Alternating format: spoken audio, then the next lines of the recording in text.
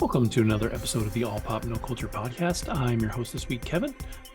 This week it is Andrew, myself, and Jen. This week we go through some of the stuff that we've watched recently and finish on Picard, but we cover Miss Davis on Peacock, Cocaine Bear, YellowJackets. Jen watched Mafia Mama. Andrew kind of went in a time machine and watched the New Mutants, The Legend of Vox Machina. We cover Beef again real quick since everybody finished it. Jen and I both watched The Last Thing He Told Me on Apple TV Plus, and then, like I said, we finished the show very Picard heavy since both the season and the series ended this last Thursday. As always, thank you for watching. Thank you for listening. If you're listening, don't forget to like and subscribe. Share with your friends. We're doing really well on the shares, getting a lot of attention out there in the streaming world. So we're seeing subscriptions going up and people joining. So definitely enjoy the show. Don't forget to leave us a comment if you like what we're doing, or if you don't like what we're doing. We had a semi-critical comment a couple weeks ago, and I took it to heart. It was good information. So if you got something that we can be doing better, definitely tell us also. And with that, we hope you enjoy the show. All right, you guys ready? Mm-hmm. Yep. All right. So I'll start real quick. I'll talk about. I just watched yesterday, and I caught it at the end of the night, so I fell asleep before the end of the episode. But that's not a knock on the episode as much as it is how tired I was. But I started Miss Davis over on Peacock, and I don't know the girl's name. I think it's Betty or Betsy something, but she was on Nurse Jackie, and she was on Glow. And she's really funny. Anyways, the basically the plot of the show is that the world is kind of, or at least what it feels like, is the world is kind of being run by an AI. So there's this AI behind the scenes that, helps people with their lives, tells people what to do. Everybody has like a headset in their ear or whatever. And this girl is a nun, and she's out actively kind of combating the things that the AI is doing. And so everywhere she goes, somebody will stop her and be like, basically will say, she wants to talk to you. And so they're trying to get her to have, a sit down meeting with this AI through an earpiece that she doesn't have. Everybody else has these little red earpieces that they use to talk to the AI, and everybody calls it her. And she just adamantly calls it it. She's like, no, it's an it. And so it's fun because it's weird and different. Like it's funny that she's a nun, but in the opening scene, you see that the nuns back in the times of the Knights of the Templar were also Templars. So, they could fight and they could, hold their own. And so she's part of this, at least it feels like she's part of this order, or descended from this order of nuns. And ultimately, what we find out is that she's being sent on a journey for the Holy Grail. What that means, we don't know yet. Whether it's just a cup, whether it's whatever. But at the same time, she's got to stop or work around this AI that wants to stop her from getting her stuff done. And it's a little silly, but not so silly that it's ridiculous. And she's great because she's super like dry, but she's also really funny. I never watched Glow, but I loved her on Nurse Jackie. And so she's really good. Like she plays this kind of almost anti-hero type where she's, like I said, really dry. She's not necessarily super like your everyday hero. But she's good. Like I like her. So I'm really curious to see where the show goes. I watching it from the first episode. I assume it's probably only 10 episodes. I don't know if it's going to end with one season or if the plan is to have more, but it's been really fun. So I would say to check it out for sure. And it's over on Peacock if you got it. I think Peacock is still free with Comcast, but I'm not sure. I know they were going to bring that to an end, so it may be harder to keep up with stuff on Peacock here pretty soon. I'm looking at the page now, and I see 8 episodes, and Okay, I that makes also sense. see that Damon Lindelof was Hmm. one of the creators, and of course, he's from Lost fame. And So, Watchmen. and Watchmen, exactly. So, Um, all right, so yeah, it's got a good little backbone to it. So I'm excited for it to see where it goes. Um, I think that one is weekly, so they didn't just dump the whole thing out. So you got to wait. got Um, so that is that. Next, I think we can get everybody involved and talk about uh, Mr. Cocaine Bear. I finally watched that because it dropped on Peacock last week, and we didn't record because I was dying and everybody else was tired. So we said, you know, let's take the week off. So um, I watched Cocaine Bear when it dropped, and it was about a bear on cocaine, and it was fun. Um, it was definitely like it was definitely ridiculous. Like watching it that this is well based on a true story. This is not the true story, right? Um, but it was fun. I think Andrew, I think I agree with you a little bit that what's his name was probably the weakest link in the story. Aiden Rake, whatever. Yeah, Yeah, Alden the solo Ehrenreich. guy. Oh, yeah, He Which one? the Which the one did you son, think son, was the- the what's his name, son, the Ray drug dealer's Liotta's son. son. Yeah, that was trying to like Okay, stay clean and go straight. And Yeah, got I it. mean, he had moments where he was funny, but um, he just wasn't great. Everybody else was like, I feel like um, Cube's son kind of stole the show yeah. when they were on screen together. Um, but it was fun. Like it definitely, it was kind of a bummer to see some of the people not make it that didn't make it. It was fun to see Ray Liotta get his in the end. That was great. I love that the poor little baby cubs were like little cokeheads too. Like they were in there just like in their cave doing their coke while everybody else was messed up. Yeah. Jen, any thoughts? I mean, it was silly. Like, it was really, for me, and just the day that we happened to go see it, it was pretty gory, which I mean, Mhm. I assumed, but I guess I was like expecting it was funny, but I felt like I was laughing more because I was like, what the hell is happening? What is going on? Like, I cannot even believe I'm seeing this right now. So it hit me a little differently than I had anticipated. Um, but there was like that kind of middle scene from like the ranger station to the ambulance. Got pretty freaking gory there. Yes. Like there was another family with like, I don't know how old the kid was, maybe 10. They left.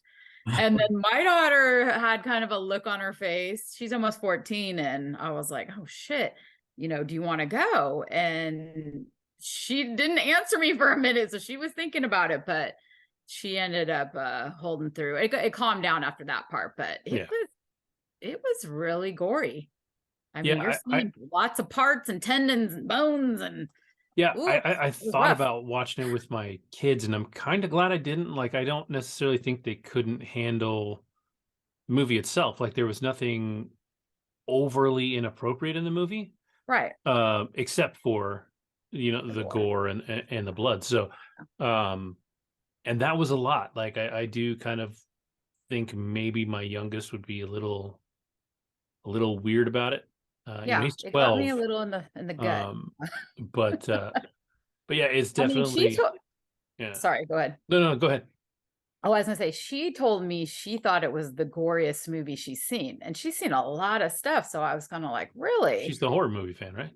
Yeah. Yeah. And so I had to think back about all the things we watched, and I mean, I thought it was pretty gory, but I mean, we've seen all kinds of stuff. So it was just weird. But like I said, I feel like different movies can affect you different times and days. And, sometimes you're a little bit more sensitive one day. And I think it might have been kind of like one of those days. And we saw it in the theater. So I think Yeah. seeing it in the theater or watching it at home would make a huge difference because it was loud and Oh yeah. all kinds of stuff right there. Yeah, for sure. Yeah. It was just I mean, just the whole thing, like from beginning to end and plot and everything it's over the top for sure. Yeah. Like it's a crazy movie. But it's fun for sure. Yeah. I mean, I would definitely tell anybody that as long as you can handle the gore, Or it's a lot of fun. It's interesting that it's a true story, and I should have watched it and I didn't. But Peacock, especially like the day it came out, you had Cocaine Bear on their like what to watch line, but right next to it they had the true story of the Cocaine Bear. So they actually dropped a documentary at the same time about the true story because I think the true story is that the bear never actually attacked anybody. correct. So there's certainly a divide between entertainment and reality there, right? Because it's certainly like the idea of a bear on cocaine in the woods. If you're imagining a story, a bear's gonna fuck shit up. Like a bear's gonna be amped up and super crazy. And I do love how much they made the bear love cocaine. Like it was ridiculous, but it was hilarious. Yep. Like Everywhere it was, he was yeah. trying to He was get right it. there. Get his fix. She was right there, Mama Yeah. Bear. Or she, Yeah. yes, sorry. Yeah, and then when like when it's going after the little boy up in the tree, and then it realizes the other dude has a whole bag of cocaine, and just goes running down the tree and then back up. That was Forgot probably about that part that too. might have been actually the goriest moment. Yeah, I was like, oh, wait a minute. It's like chewing on his leg, and then the leg drops, and then he drops, and you're just like, oof. So it's gory. There's no doubt about that, but it was fun. I really I really enjoyed it. So I definitely recommend it. I like I said, I kind of want to watch it with my kids, but I also think they're probably not quite ready for the level of just nasty that there is. Like in the ranger station, when you open the door, there's just blood everywhere, and then the bear comes out of the shadows.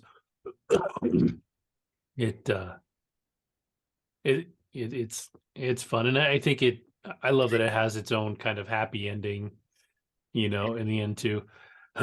So yeah, I think it's a watch. I think it's a lot of fun. I think especially now that it's free. If you missed it before and you've got Peacock already, there's really no excuse to not watch it. Just be warned. Yeah. Someone's losing a leg. There's gonna be blood everywhere. Body parts everywhere. Yeah. And serious road rash from the other ranger who was in love with. I mean, that was probably for me the worst death, because you're already on the stretcher and now you're just like, what? Oh and yeah. The whole time, I forgot like, about that. For me, it was the ambulance. Like I was like, you guys almost made it, and then the bear just was on high on cocaine and has like superpowers and was able to jump into your fucking like bears already run some ridiculous speed. They're like 30 to 40 miles an hour or something like that at top speed anyways. So they're fast, but I think too, I forgot about that. And then part of me expected her to survive that and to have it be even like just to make it worse, right? Like she's going to slide on her face and be all tore up, but live. I'm kind of glad she didn't. No. But I love too at the end when they're walking towards it, and she's like, and the one little boy, she's like, let's walk over here. Let's not walk past that. So, and I like too that the kid got the boy got his kind of happy ending, right? Because it sounds like his life wasn't particularly great at home. So to have this mom and Carrie Russell, taking care of him and treating him like her own was kind of special. I feel like there's a missed backstory there, or a missed next story there. But I also hope this movie never gets a sequel. There's absolutely no point. No, there's no point. No, this is a one shot.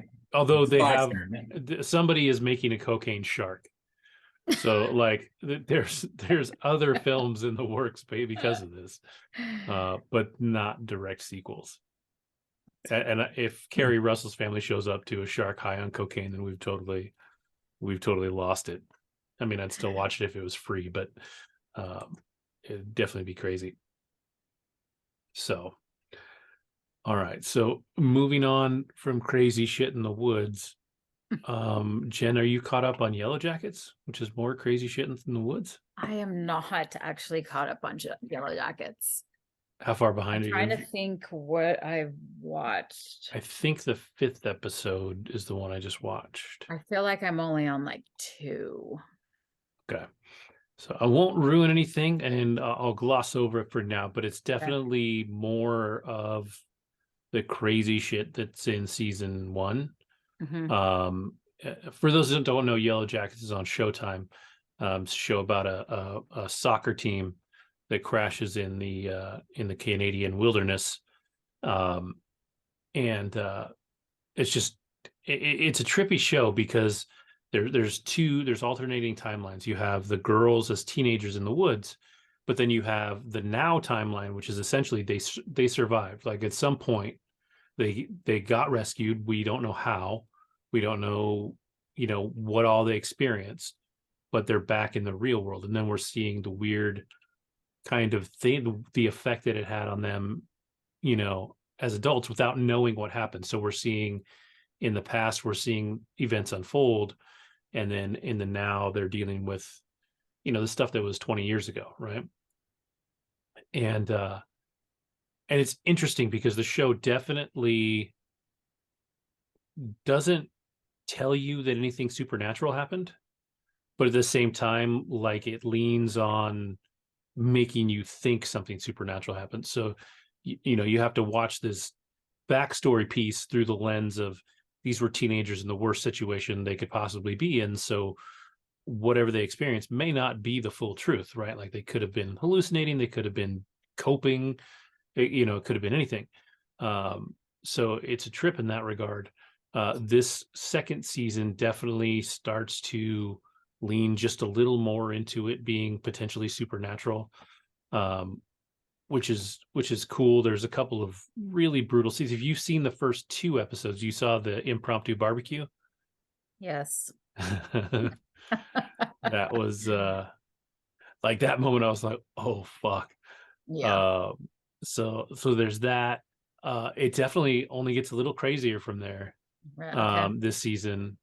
I think actually the episode that I just watched, um, or as crazy as this one kind of started to lean into the supernatural stuff, it had one of the most tame episode endings that I've seen so far. Like usually in this season, especially, like it feels like they were trying to end each episode with a kind of a shock value thing. And while this one did have kind of that shocky cliffhanger that goes into the next one, it was not as bad as certainly not as bad as the barbecue.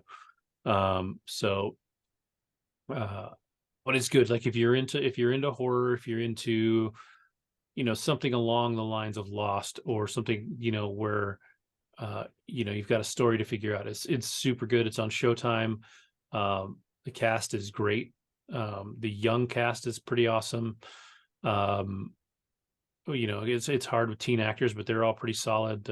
I think the one girl, maybe she was from It. Uh, I think that's her. Um, but most of the actresses that are the young actresses I don't really recognize, but they're really solid. And then the adult actors are great. You've got Melanie Linsky, um, what's her face from Natural Born Killers. Juliette Lewis. Yeah, Juliette Lewis, um, and a couple other recognizable. One of the girls from Servant um,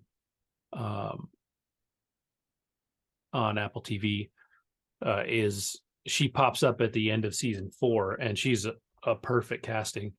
And so it's a trip too because we don't especially through the end of the first season, we don't necessarily know everybody that survived or didn't. Right. We know the stories of the adults that we've seen, but there's more kids in the past than there are adults that we see the story of. So it definitely unravels a little bit more here in season 2. I think I've read that the writers are pretty confident that they have a 5-season plan. Oh wow. They already know kind of where they want to end it. So I'm hoping that they get to kind of stay on course and tell their story and finish it the right way because it's good and it's not like it keeps you on your toes for sure. It's super crazy. Oh, and Christina Ricci's in it, who right. I love Christina Ricci. And she is crazy in that show. She's super crazy in this. The young one and the adult. Yeah, the young one does an awesome job playing. Yeah, Like she doesn't quite look like her because Christina Ricci has a very kind of but I see it distinct though. look. I still feel Yeah, like I see can enough of it, and her acting, like she acts like Christina Ricci, like she's great. And then who shows up? Frodo from the Lord of the Rings movies. Pops up. Elijah Wood, yeah. Shows up this season too. So it's a lot of fun. It's a lot of fun, and it's a trip. So I definitely recommend it if you haven't watched it. And that's all I've got since Jen left me out. I know. Just hung out in the wind. I felt like I needed a little break from it, but I feel that's fair. It's especially after that second episode. The way that one ends, I really did. When that one ended, I was like, oh fuck. I was like, that's crazy. You have to be in the right mindset to watch that show. So I needed a little more lighthearted things. Yeah, it's like the not happy cocaine bear. Like it's just like exactly crazy shit is happening, and it's not okay. I think I saw Cocaine Bear and like started watching it at the same time, and I'm like, whoa, what am I doing here? No. You're like, cool, I'm not gonna travel to the woods. I'm gonna stay off drugs, kids, and everything's gonna be okay.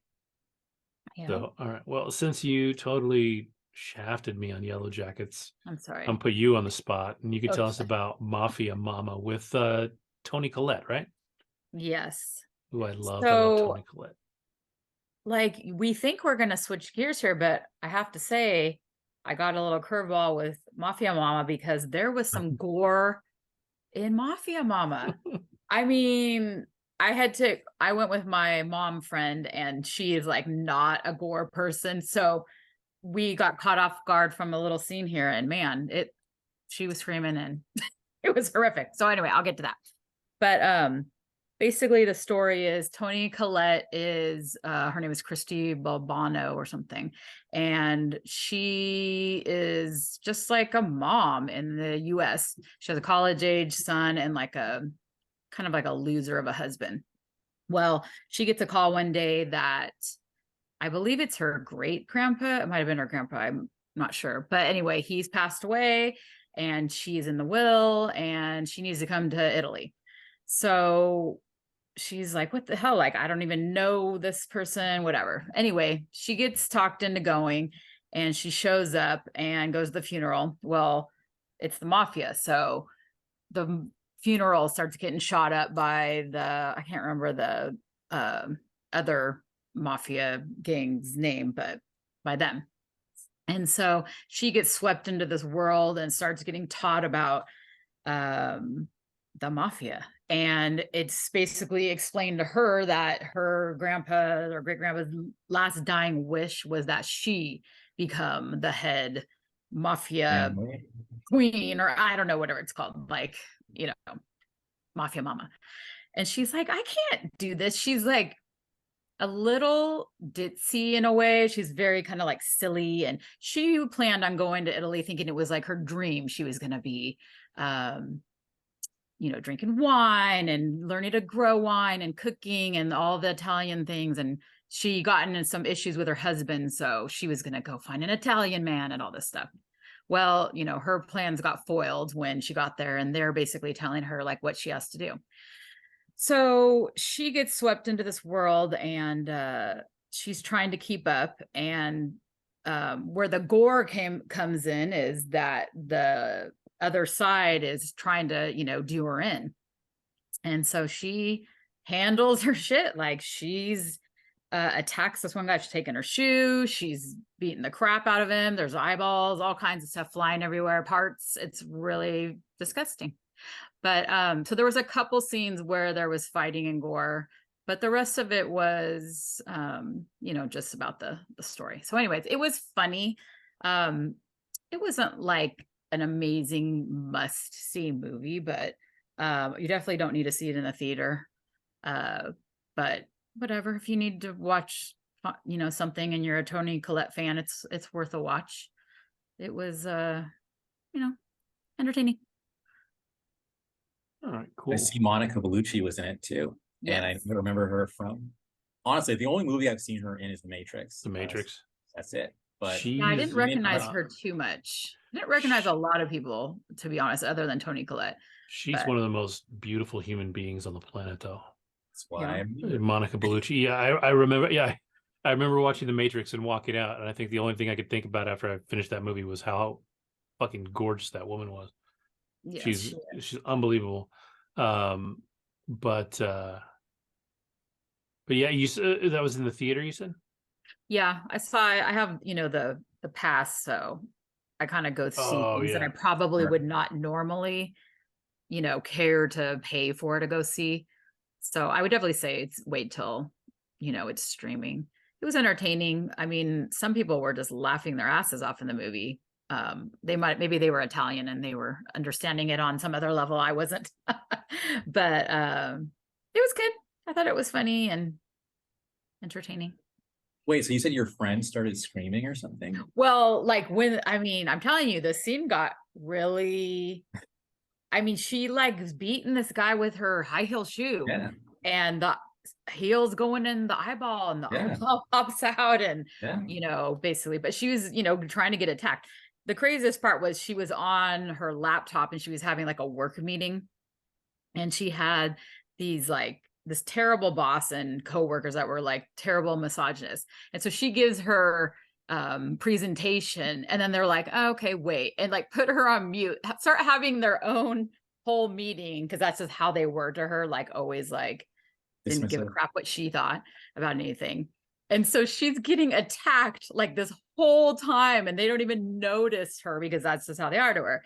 And then finally, when she gets, she kills the guy and she gets back on the screen, and she's just like, I quit, you assholes. You can't even see him getting murdered here. So that part was funny. That's awesome. Yeah. I think I'll definitely check it out because I love Toni Collette. If there's no other reason for seeing it, and it's funny that we talk about Toni Collette because my brain goes through this big circular thing where I think of Toni Collette and Hereditary. Hereditary was Ari Aster. Ari Aster did Midsummer, and the last episode of YellowJackets has a totally Midsummer moment in it. So my brain just went from Toni Collette all the way across all there back to YellowJackets. But there's a moment in this one where it's very Midsummer for a second. Okay, now you're intriguing me. I'll get back on it. Yeah. So, all right. Well, we've muted Andrew long enough for his energy to kick in. So, Andrew, before we go too far, you've watched The Legend of Vox Machina, the first episode, you said, right? I'm remembering everything I watched. I remember watching The New Mutants, which is older. I remember watching The Legend of Vox Machina. And then, I'm just going to go in a blitz round. And then I actually do, if you're okay with this, I do want to touch a bit on Beef really quick, just because I know that you guys have finally seen all of it. So I just want to get your opinions on it. Which one? Beef on Netflix. Oh, Beef. Yeah. Because you guys both saw it, and I feel like last time we just talked a little bit episodes and kept it light. So anyway, The New Mutants, I'll start by saying that, I'm a huge X-Men fan. I definitely saw those movies as they were good enough. They weren't what they should be, right? But movies shit. Oh my God. Okay, movies Days of Future Past, that to me is my favorite one of the ensemble group. And then Logan, of course, was a great epilogue. That's where they should have left it, but they didn't. They went ahead and made Dark Phoenix, which sucked. And then to add insult to injury, they made another one called The New Mutants. So that's what I'm going to talk about because I skipped it when it came out, but I went ahead and watched it. And I have to say, first of all, when I started the movie, I was like, okay, this actually isn't that bad. It's better than Dark Phoenix was, in my opinion, and it's certainly better than X-Men Apocalypse, which is a terrible movie. Okay, the premise of the film ultimately is all the old mutants like Cyclops and Wolverine, they're all gone now. This is now a new batch of teenagers, and I'd say the biggest names in the movie actually are Anya Taylor-Joy and Maisie Williams. So their characters are actually pretty cool. I liked Maisie Williams' character because for the first time I see her as not as Arya Stark. She has a bit of a Scottish accent, and she's frankly adorable. Okay, the main character, I think her name is Blue Hunt. She's also pretty good too. I'd like to see her in other things. So she wakes. The beginning of this movie actually reminds me of The Last of Us because it's her and her dad, and they're running away because some crazy stuff is happening in the town, and eventually they get separated, and then I'll spoil a little bit. Bad things happen to the dad. Basically, she's the only person left, and she's Native American. She ends up in this like institution orphanage thing with Maisie Williams, Anya Taylor-Joy, Charlie Heaton, of course, who was from Stranger Things, and then this other random dude and they all have individual powers. They're being held by this doctor lady, and there's a force field around the compound, and weird things start happening in this movie. It is a horror film. It's a superhero horror film, but it's PG-13. But there's stuff that's definitely freaky. Well, do you remember the advertising for this? Barely, but I remember the trailers. Though it seems very like R-rated almost.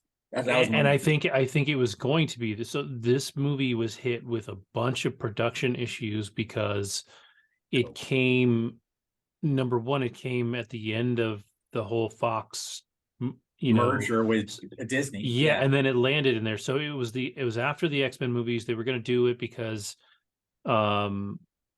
they had also had a reasonably successful series on Fox. Yes. Runaways, I think it was called. No, Runaways was different. Runaways was about kids. That was on ABC Family, and I actually really enjoyed that. Maybe it was FX. It was an FX show. I know you're talking. Yeah, it was on Fox or Hulu, maybe. Yeah, it was definitely on Hulu too. Keep going. Maybe it was just called The Mutants or something. Anyways, it was good, good enough. It was a TV series, but it was good enough for that era. But the New Mutants was totally advertised before the Fox Disney merger. It was going to be like horror. So like the first trailers were scary. Like they were leaning into it being really dark and really scary. And I think it might have even been working on that R rating. And then the Disney Fox merger happened and it got pushed way back. And there were a lot of debates about whether they were going to reshoot a bunch of stuff and re-edit it so that it could fit into the MCU, because the timing of it was close enough that maybe they could have used it as an X-Men entry point. And then they ultimately didn't do that, but it went through so many issues that they Disney-fied it a little bit and took some of the horror elements that were in it out to bring it down to a PG-13. And I think you feel that. I think in the stuff you saw, it suffered from that a little bit. I think if it would have been a little scarier, it would work, because the things about it that aren't good, you can forgive when it's a horror movie. So you saw it? Forgive when. Oh yeah. Oh, okay, cool. I saw it a long time ago. I think as soon as it became available on, well, in that whatever case, service it was, I gotta say that I love the Lockheed, like the fact that Anya Taylor-Joy had this like puppet friend named Lockheed, and then you find out like what the deal. Like, I like that. I like that whole thing. I also honestly, Kev, you know this about me. Like at night, if I do not watch horror at night, because that's just my imagination is too good. So as I was watching the New Mutants, which is PG-13. But then some things started happening, even though it's like a X-Men movie. I'm like, yeah, no, I'm gonna watch this in the morning. Like I just knew not to watch it at night. And I'm glad I didn't, because towards the end, when those like skinny dudes show up, those guys are our level, in my opinion, straight up. Like they're the scariest part of the movie. Basically by the end of the movie, I was like, okay, this is actually not bad. But it wasn't like worth, in my opinion, making a movie. Like this could have been like a TV movie at best. And I'm actually kind of insulted on behalf of like Marvel that this was even made. Just to back up like what I'm saying, the budget was, it says here 67 to 80 million, and it made 49 million. Okay. Now the budget doesn't even include marketing, dude. So it was a bomb. Okay. So, and my whole thing is like, okay, why dude, you made Apocalypse, that movie sucked. You made Dark Phoenix, that movie sucked, and then you're failing up. Like, I don't get how people who suck keep getting other chances where other people give somebody else a chance, man. So like, stop it, stop the madness. But anyway, that's my rant on the New Mutants. I will say it is absolutely not necessary to see. It did breadcrumb something, which was, of course, what's his name, Mr. Sinister. I'll just say it. Like, Mr. Sinister was definitely going to be like the villain, and John Hamm was actually going to be cast in that role. But you know, again, I don't regret watching it, but it just galvanized my contempt for all things Simon Kinberg and Fox X-Men. I'm so glad that Disney bought them. Now they need to go buy Sony and keep it moving. Yeah, the director hasn't done much either. He did The Fault in Our Stars, which I know at least some people liked. That was kind of a teenage YA movie, exactly. Yeah, and then he did some episodes of the recent remake of The Stand. On maybe that was Paramount Plus at the time, but that wasn't really all that great, considering the source material. So he hasn't done much. But and I looked it up real quick. The Fox show I was thinking of was called The Gifted. Oh, I hadn't heard of that one. I think it got 2 seasons. I can double check real quick, but it was decent. It was decent. Had some actors I like. You know, Stephen Moyer from True Blood. Amy Acker, who's awesome. But it was about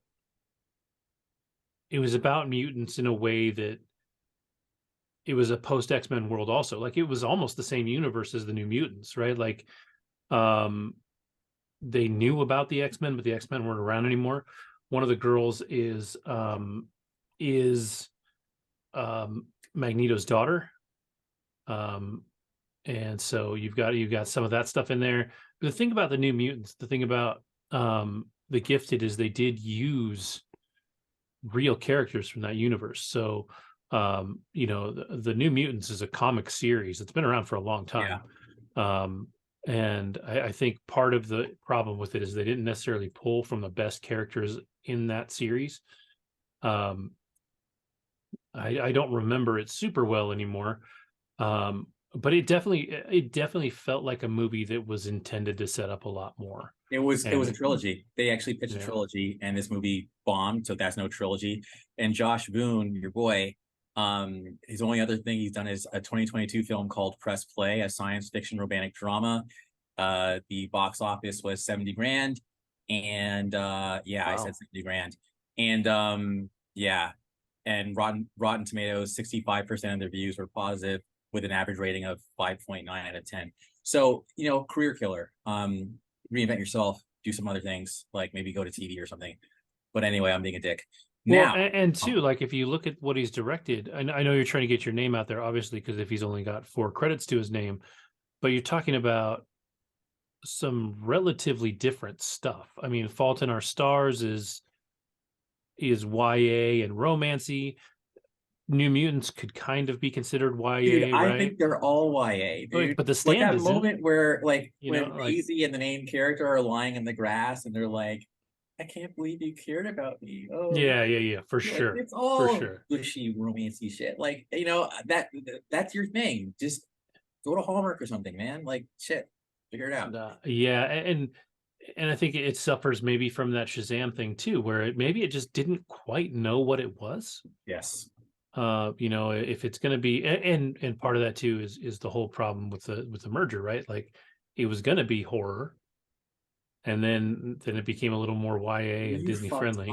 Was by working with Simon Kinberg. I'm sorry, Simon, I like you because you did The Last Stand, okay? But everything else has been terrible, okay? So do not hitch your wagon to, like, you know, a whack ass situation. So that's where you fucked up, Josh. Sorry.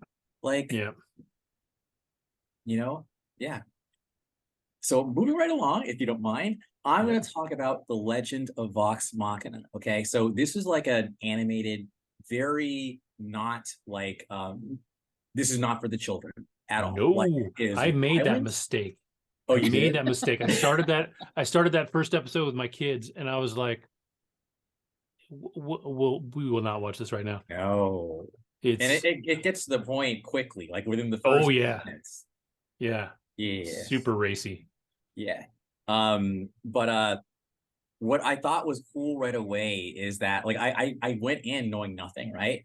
So apparently Critical Role, which is like a D&D situation thing, like so it's a D&D show basically. Mm-hmm. So it's a campaign of people, like they're called Vox Machina, they're a band, there's a bard and there's like a sorcerer and there's like all the people there.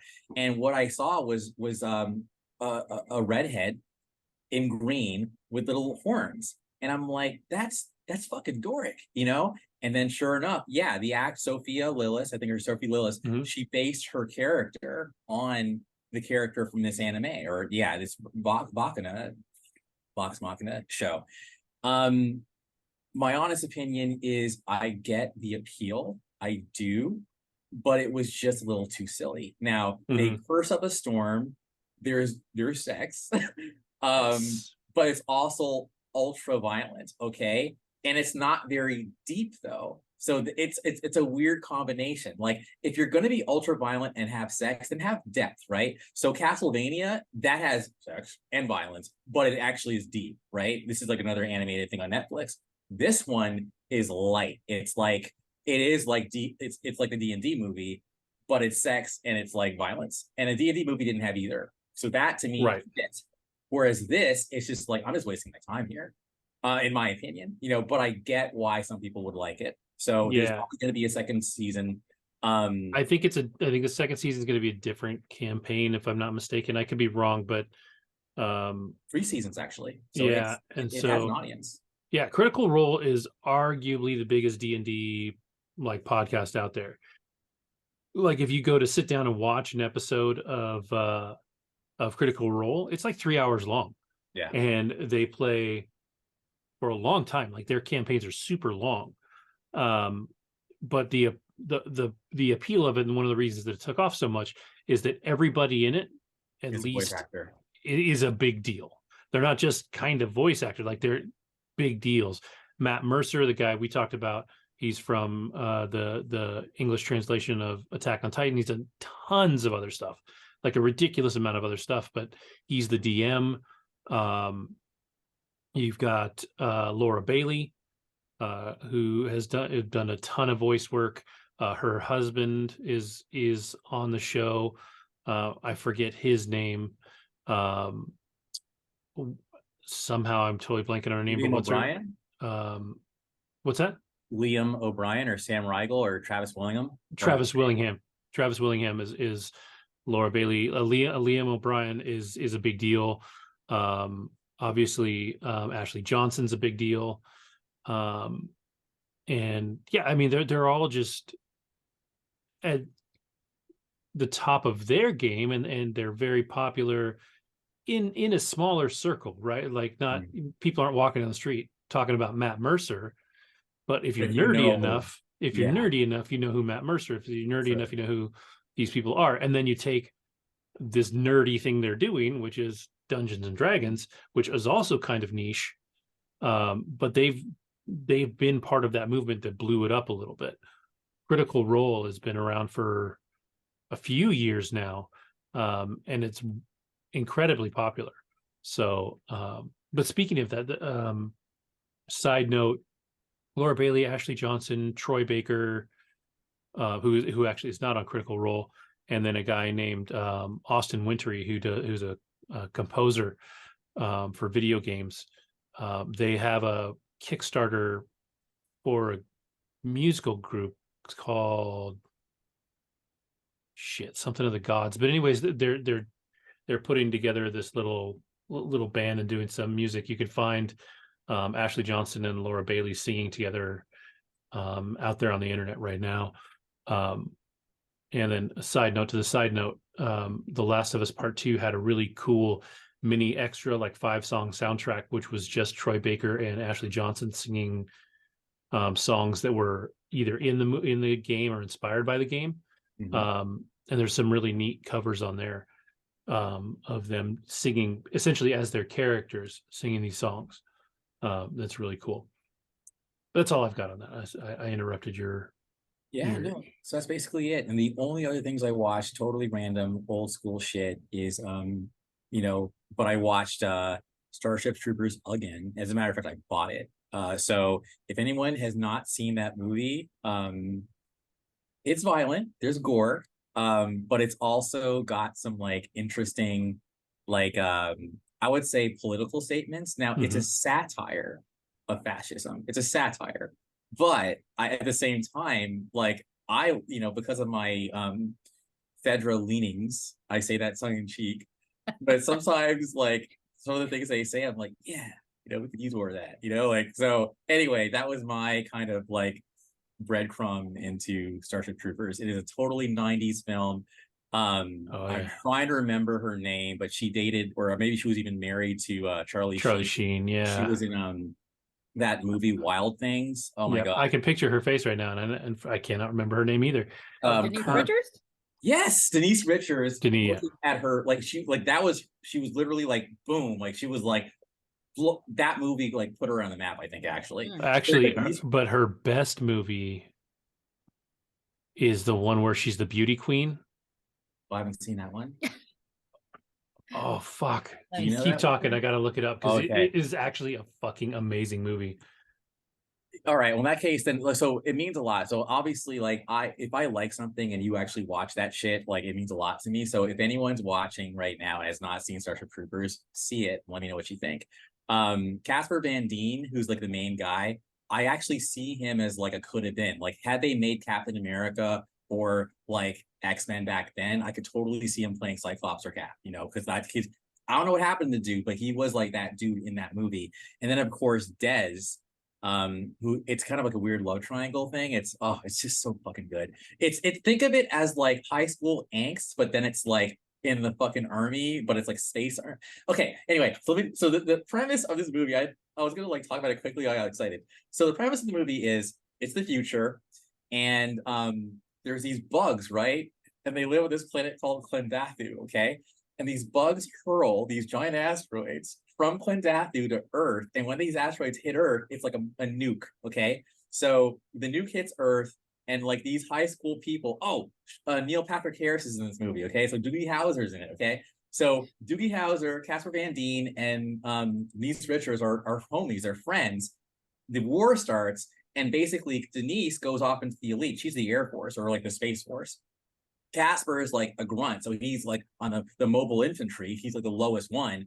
And then of course Neil Patrick Harris ends up becoming like elite, like straight up, like because he's a smart dude. So anyway, this all happens. There's like romance, there's like violence, there's like humor.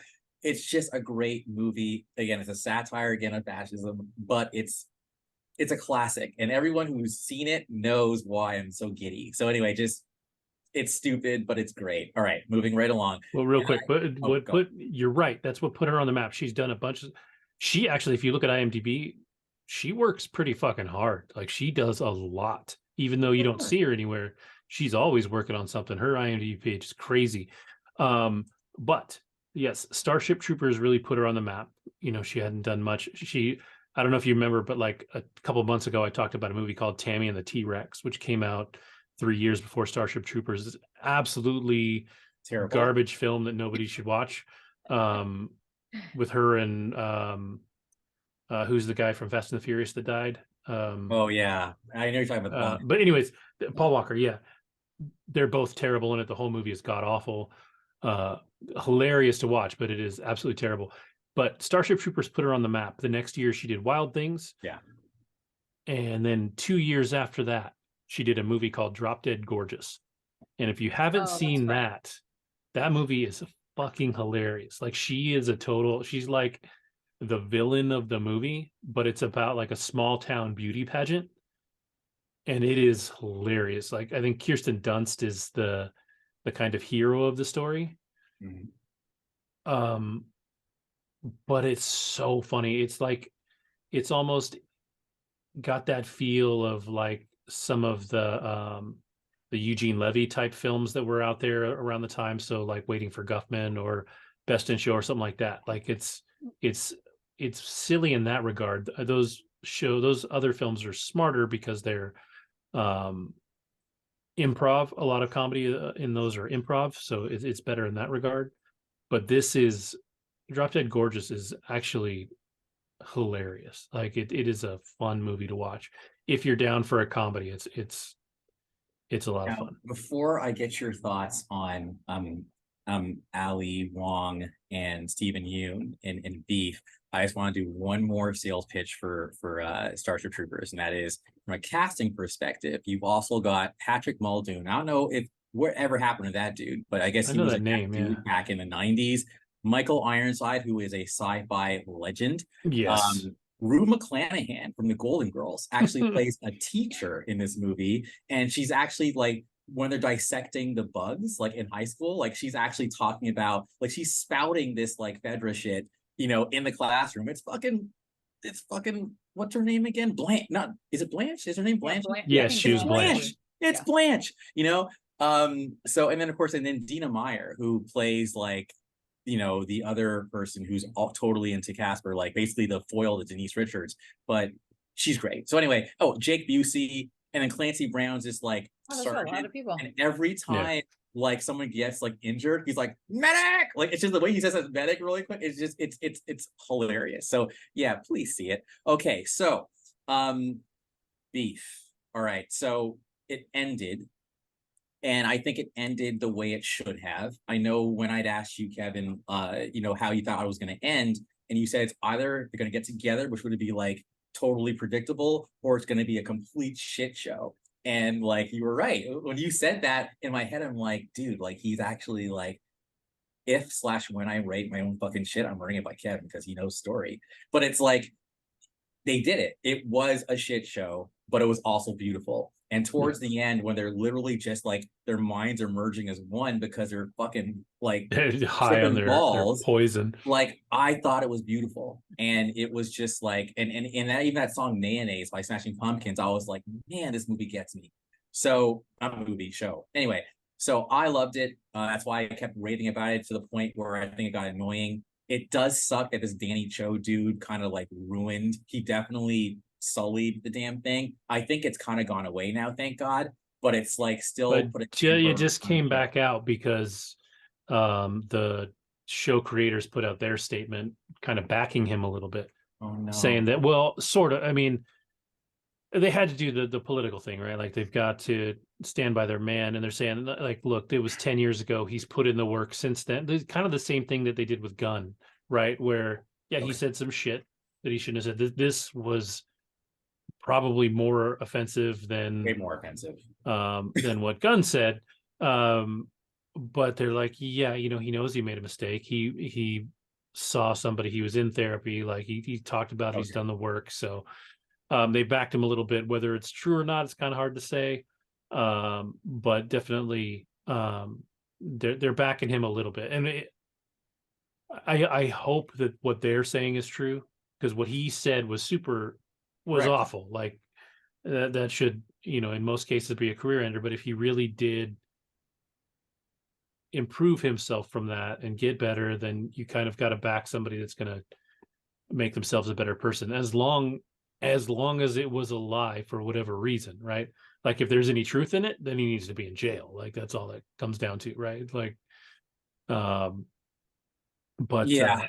And I'm just kind of like, y'all motherfuckers should have thought of that before you can cast his ass. But anyway, right. Yeah. You know, it is what it is. But so I don't want to derail the conversation. I wanted to hear you guys, or at least your thoughts on it. I'll let Jen go first, because I think my opinions are probably closer to yours, at least. So I know you loved it, so I wanted to give it a try. And it was like a little bit of a slow start for me. And then, of course, I'm doing the shit I always do, trying to multitask. And then I finally realized I can't do that with this. Like I have to watch it. So I just stopped and I watched it. And then I really got into it and I really liked it. And I saw, you know, everything that you were raving about. I mean, it was just got so out of hand. Like, what the hell is the matter with you guys? I kept thinking, this is the part where they're finally going to just get past their shit. No, they just got to get more and more psycho with the shit. But I ended up really liking it. And the very last with the eating the poison or whatever they ate, mushrooms or twigs or some shit. Oh my gosh, Berries. that was so damn fun. Berries, okay. But I almost I just found that whole last part so interesting, because here they have just done so much shit to each other. I mean, ruined each other's lives basically. Yes. And then they become so dependent on one another. And almost to the point where I'm like, are these two gonna end up together? And so I don't know. My mom was just going crazy with it, but it was just trippy. I did really like it in the end. I thought it was really good. If you don't mind jumping in, I don't think it was romantic. I think it was more of just a human thing personally, because it was I think they both realized that they were broken inside, and for different reasons. And I guess for some reason they just kind of saw each other's humanity, at the end. And that is what I thought was cool. Again, I'm thinking they would see each other's humanity all along, but no, they were way too caught up in ego. She was so caught up in dude, you pissed on my stone tile or whatever. I loved her screaming, this is about, I forgot, this is about, she was just, her screamings and her rantings, I loved them. Or even that moment where she's this, when that self-esteem song was playing when he got arrested in Vegas. That was dope. Even there's just so many moments that I loved about the damn show. Again, even though he's a scumbag in real life, apparently I did like his character, the Danny Cho character. He was nuts. So when they finally show up at the Forresters mansion, and that movie just goes off the walls, off the rails, she gets killed by her own fucking security thing. That was brutal. Who's just so two-faced, trying to blackmail her. I mean, all these things, they felt real. They are frenemies. They really exist. Again, the husband was so out of touch. Then the husband's having that emotional affair, but then when he finds out it's just, the whole thing for me was plausible. And then, but for me, even after you just literally survived death, you escaped death, and he's trying to drive away, and then she's no, fuck that, she's chasing him.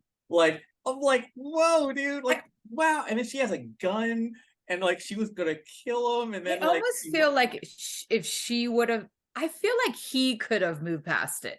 Yeah, but at that point she couldn't. I don't know. I just saw it that way. I think if she would have just backed down a little, he would have let it go. But no, she was a tiny little woman, and she had big balls, and she just couldn't move past it. So the whole charade just kept going on and on and on. I think once, and that's the other thing, right? Once her and Paul fell out, and then Paul went and blew up her spot, it was it. Her life is now ruined. So now she's just pure vengeance. Then the last thing I'll just say, I'm ranting a little bit, is man, you still lied to your brother after it was your fault that the house burned down. I'm just when will you learn? I just felt this show was such a cautionary tale about the importance of being introspective and looking inside of yourself and fixing your shit. Because if you don't fix your shit, everyone around you is going to suffer. And that movie, keep saying movie, that show to me is such a brilliant example of what happens when you don't look within and fix your shit, Right. So anyway, that was it. Okay, move past things or let things go. Yes. Don't have beef. So I love that it was called beef. Yeah, and I think to be fair, I think that's exactly why it was called that. I think it's literally just a beef that gets out of hand. It's crazy. It's funny that you keep saying movie instead of show, because from a production standpoint, I actually think this never would have made it as a movie. No. It never would have worked, because all of the things that are intense in the story that built up, almost the entire first episode, you wouldn't be able to put into a movie because it's too slow. Even the first 2 episodes, it's too slow for a movie. So you cut a lot of that out, and then you just end up with almost an action movie where they hate each other, and then it just ends, I thought the last shot of it was perfect. When she climbs onto the bed with him, This is, and I think that shot is why I hope there's no season 2. I hope they don't push it or do anything else. I mean, the only thing that you can do after this is have them they don't necessarily have to be a couple, but they have to be together, and then have something else set them off, right? And set them against some other larger issue. Because if you just have them go at each other again, it doesn't make sense. I think at this point, they've seen each other in each other, or seen themselves in each other. I don't necessarily think that moment of her climbing into bed is, if you wake up, we're going to fall in love and go off and be happy and romantic. But there's a kinship there that she finally found. And like, they may actually be soulmates, even if they're not romantic soulmates. Like these two, totally. They had their broken souls that matched up or didn't match up, and that's what led to everything that happened. And then and then they end up together. But I for me, whatever comes next isn't necessarily romantic. I don't think it has to be. It almost doesn't make sense for it to be. I think another thing that could work would be if you did try to put them together, only for them to realize that they have no business being together, because I don't think either one of them really belongs with anybody. Like they're pretty well broken, and if they don't, they can't just go from where they were to being okay. There still has to be them figuring themselves out. They've at least figured each other out and know that beef is because of who they are. Like they're the same person smashing into each other, they've got to resolve that issue before either one of them can be okay. Even if they have each other to lean on, they wouldn't make a good significant other for anybody. So the last thing I'll say about this, and thank you for indulging me, is that I think the empathy is important, because when you find out even that the mom, who is like so judgmental of Ali Wong, but then you find out that she's actually broke, like, I don't know, I personally didn't see that coming. So when you see her backstory or a little bit, you just realize, like she's just trying to survive. So anyway, and that's something else that wouldn't have made it in a movie. You get to see why all of these people are who they are, and like you find out that the brother, while he's kind of a dope, isn't a dumbass. Like he was going to school, he was going to be. That was nuts. Like, well, when he threw that away, you're like, oh fuck, dude. So I mean, that also sets up that Stephen Yeun's character has been messed up the whole time. Like it's not like this car accident was his thing, and then you find out that the reason that he was buying and returning these grills at the hardware store in the beginning was because he was going to kill himself. So like he's never been okay. She's never been okay. She's bad at relationships and stuff. Like it's crazy, and there's a lot of depth there that you have to unpack. I think it's a show that's worth a second watch because of that. I did that actually. Yeah. So thank you. Yeah. So from the magic of beef, I think I will take Jen and I down the path of her background image and talk about the last thing he told me on Apple TV Plus, starring my love, Jennifer Garner. Wait, did you watch it? Yeah, I've watched all 3 episodes. Oh, okay, good. And then Nikolai Coster-Waldau plays her estranged husband, or not estranged, but missing husband. Yes. And then the girl that plays the daughter, I believe, was from the Spider-Man films, the Tom Holland Spider-Man film. She plays the girl that his best buddy dates on the Italy trip. Oh, yes. Okay. Yeah, I forget. She's also in. She plays the younger Rebel Wilson in this silly movie called Senior Year. I knew I had seen her from something, and it was Spider-Man, but also that she's like the younger character in high school. Yeah. So I mean, so the plot of it essentially is she married this man who already has a kid. She's a stepmom to this girl. They don't have the best relationship because she is the daughter is your typical like teenage like moody little shit. You know, when people tell you don't have teenage girls, this is the girl they're talking about, right? Like, you know, she doesn't like anybody. She's snotty. She's better than everybody. And she's just kind of adamantly against Jennifer Garner being in her life because she's happy with her dad. She loves her dad. They have as good of a relationship as they can with her attitude. She definitely has attitude towards him also. You see it a few times in the episode, but she loves her dad. But the plot of it is something goes down and he just disappears and leaves a note for Jennifer Garner, and all it says is protect her. And Jennifer Garner's character knows that the only thing that he loves more than Jennifer Garner at this point is his own daughter. He would do anything for his daughter. So the fact that he is just flat out disappearing means something is super wrong. And that's the initial plot of it. And then it's all about her trying to figure out what the fuck is going on. Like, why did he leave? And then, you know, the B side of the story is she's trying to figure out how to now build this already hard relationship with the stepdaughter that she needs to protect or help, who hates her, right? Like and she's trying to figure that out. So that's the gist of the plot. But what do you think of the show so far? So I really like the show. I know I was like reading reviews and they're pretty bad. And I was like, dang, I get it. Like, I get what people are saying. They're saying it's slow, it's boring, nothing's happening. But I'll tell you what I like, especially about the first 2 episodes.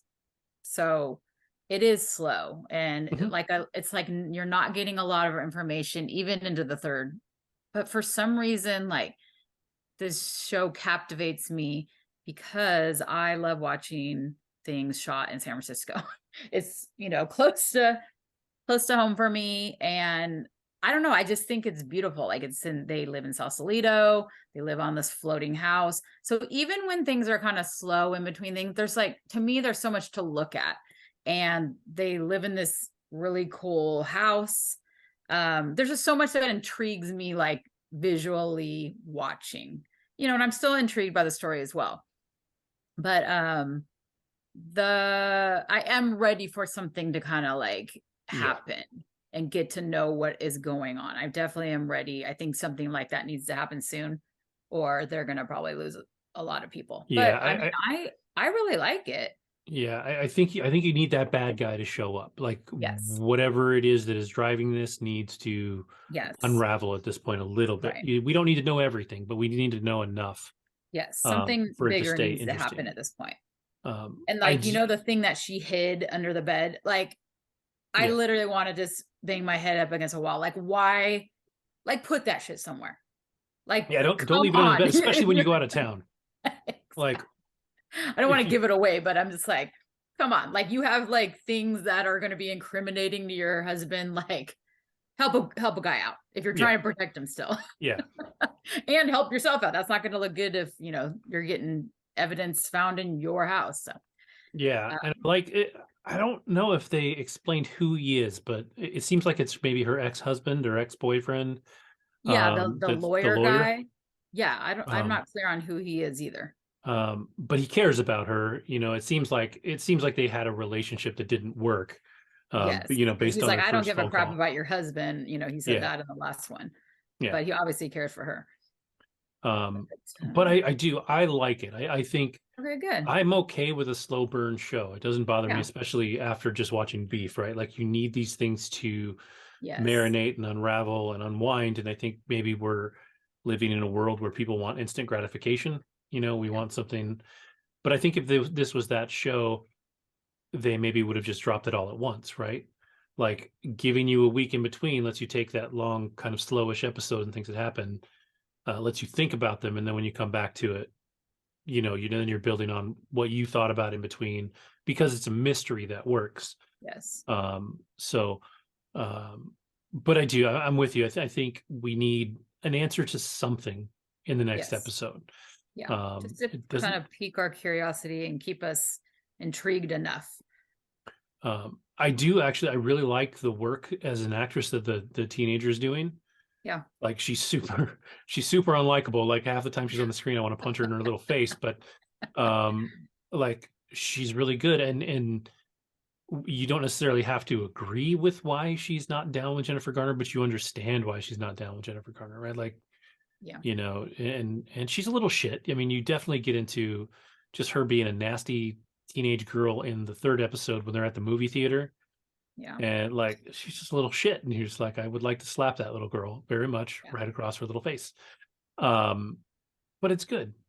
It's good. I like it. I'm definitely excited for the next episode, which is still for us about a week away. You know, I think it's every Friday on Apple TV. Yeah. And I think they dropped the first 2 episodes together, and then which Apple likes to do. They like to drop 2 and then do 1 a week. Yeah. But definitely recommend it. I agree.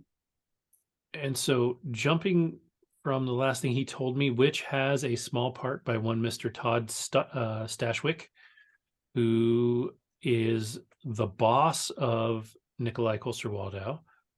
He is also one Captain Shaw in Star Trek Picard. You see how I did that? Funny you say that, but no, keep going because I got to be smooth like you did it. So so Andrew and I know Jen, you're probably out on this one, but Andrew and I have watched Picard. It is over. We watched the last episode. It dropped last Thursday. This certainly closes out the Picard, season trilogy.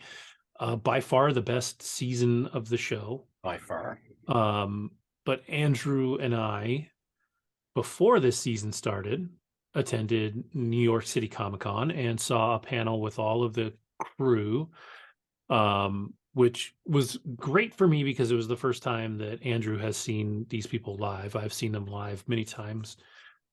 Because I am that nerd, I've been to Star Trek conventions, admittedly, because my wife is a huge Next Generation fan. Her backstory on that is like she would literally make her parents record it because it was on just a little too late for her to watch, and then she would watch it. She collected. She actually had some of the toys. Like she had the deck that Andrew has in his background. She had the main deck of the ship and the like little playset and all the characters. She had cards. Her favorite characters have always been Troy and Riker, and their relationship. I've got Star Trek books on my shelves downstairs, literally about these characters. She calls them her best friends, and if you have any argument about that, you will probably get punched in the face. So it's best to just say yes. She, when she was young, she would walk around and just kind of imagine herself in the world of these people or imagine them in her world. So for as much as I watched Next Generation as it aired around the same time, she's actually, I would certainly say, a bigger fan and definitely has an almost encyclopedic knowledge of this, where I have knowledge of it for sure, but I've learned a lot more since I watched it as it originally aired and watched the movies as they came out, and now having gone to conventions, and all that to say that I think one of the things that made this last season work so well is that it felt like it was a collaboration. I feel like the people creating this season, working on this season, number one, understood the content to a degree that the first 2 seasons they maybe didn't. Because this season was 100% a continuation of the Next Generation, where the first 2 were trying to tell a semi-separate story and bring people in here and there. This one is for sure a continuation. And then on top of that, now, Andrew, you've seen them speak at a convention. I think there is more of the actors' personalities infused into these characters now than there ever was in the show.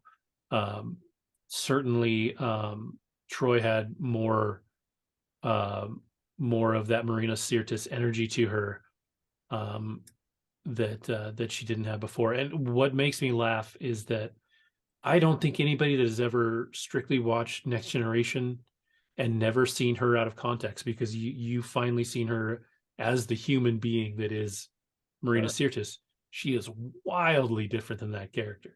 Yes. Like, she's everything that her character was not in the series. Like, she's ridiculous and hilarious, and they all are, you know, and that's, I think the writers got it in this season and they worked it in. These people all behind me, they're a family. Even in real life, they're a family. They do holidays together. They've been to each other's weddings. They do, like, they love each other, and you can tell.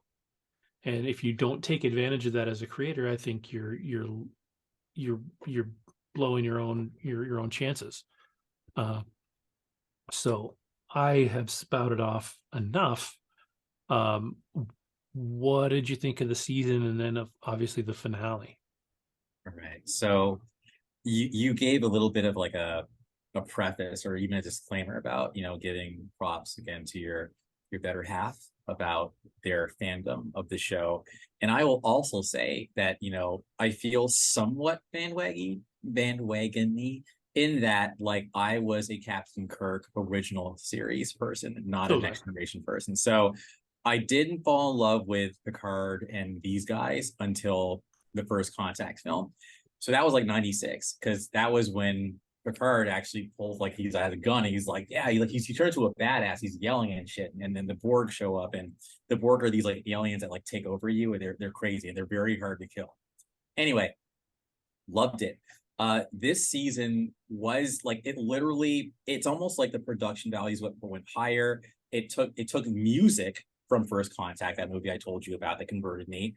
Again, all the characters are in it, and like you said, all the personalities of the characters, what they're saying, it fit with who they are as people. So everything felt very natural. They were having a good time filming this show.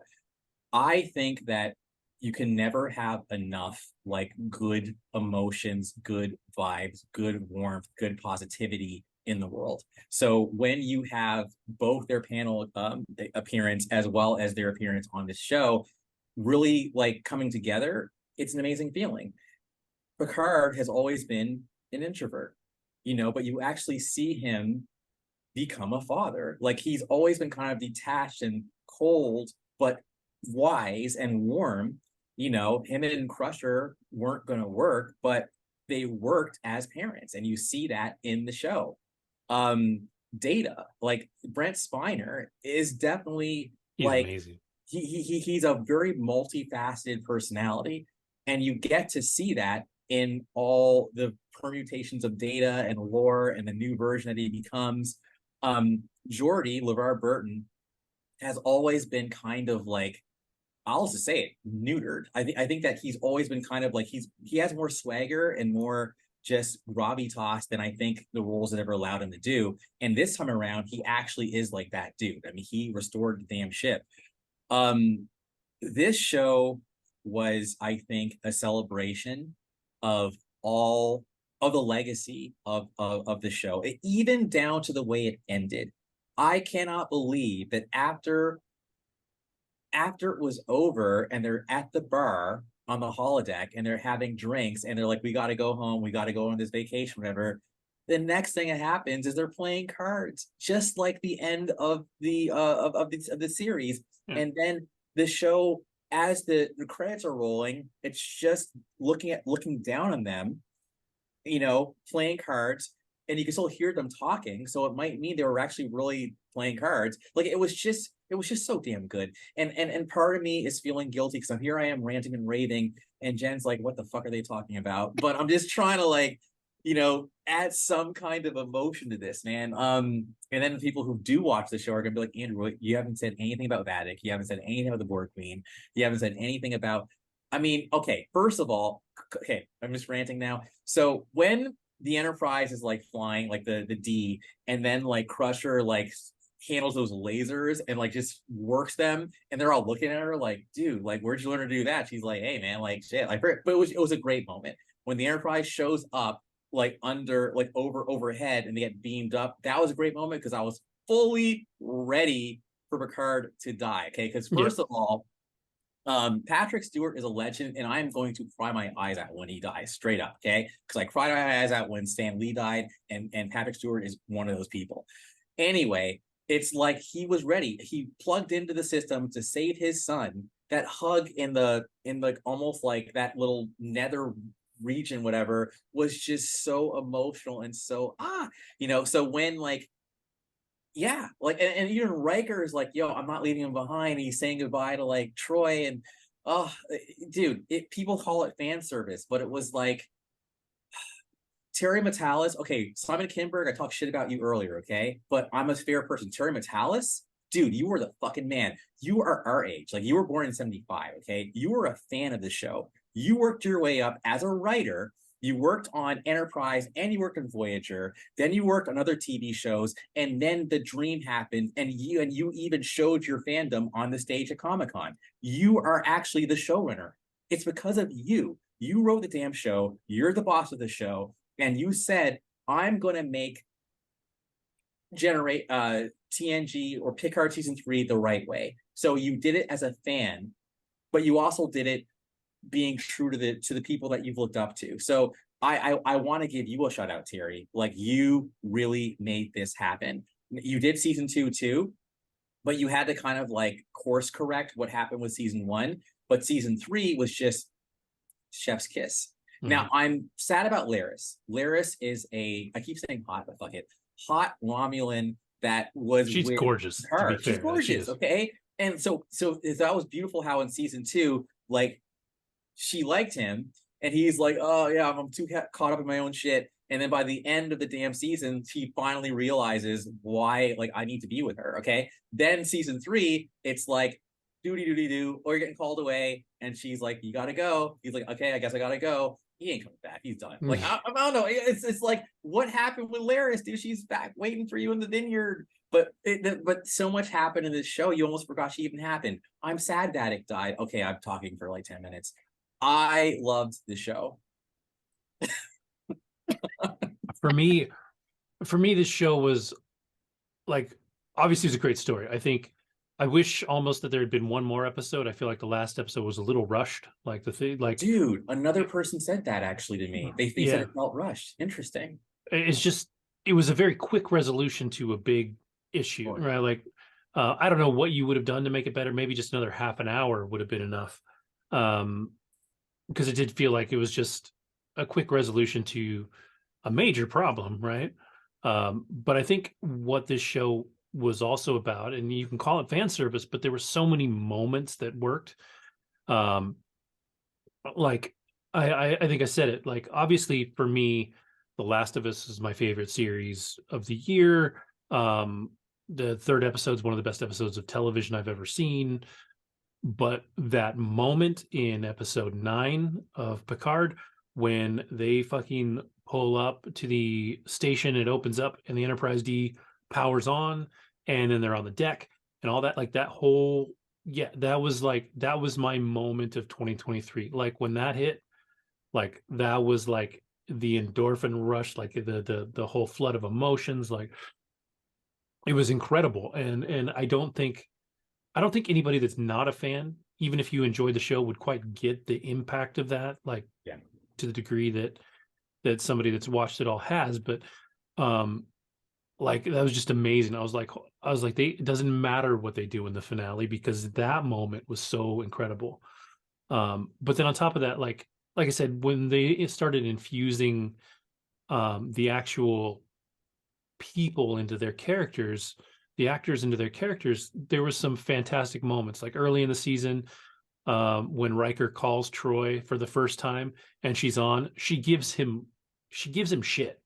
Like, she actually gives him shit for not being there in such a Marina Sirtis, like, funny way that Troy was never allowed to have. I think the first time we ever saw it was actually in First Contact, when she gets drunk. Yeah. Right. That's the first time we ever see that Marina Sirtis personality come through, which is hilarious. And she did it again when Data was in her session, like when like she's listening to him and he's like, she's like, wow, we've gone a whole hour after like it's over. And then he keeps talking, and then she's like, oh my browsing god, her she vacation. starts like planning her vacation, like it's hating life, and it's like, yeah, I'll say it. Fuck it, I'll admit it. Like, I'm a good listener, but yeah, there are times in my life where I'll be listening to someone talk to me, and I'll be like, "Holy fucking shit, dude! When will you shut up?" Oh yeah, dude, I'm totally here. And I am in the moment. Yeah, but it was great to see her character really. And then like, then Riker even says, "What? How's he doing? It's all batshit crazy." And then and she just like don't like. But that was great. I mean, it was just like because you again, yeah, Troy would not do that on the TV show, but again, we're seeing the real character. So yeah, Marina's awesome. I love her. Well, yeah, and it's funny too because if you didn't watch the original series or didn't watch all of it, it's easy to forget the fact that on the series, Troy and Worf had a relationship. Correct. Oh my god, there was so many moments. And so when the three of them are together, well, first it was when he first comes back, when he first saves them from the changeling ship,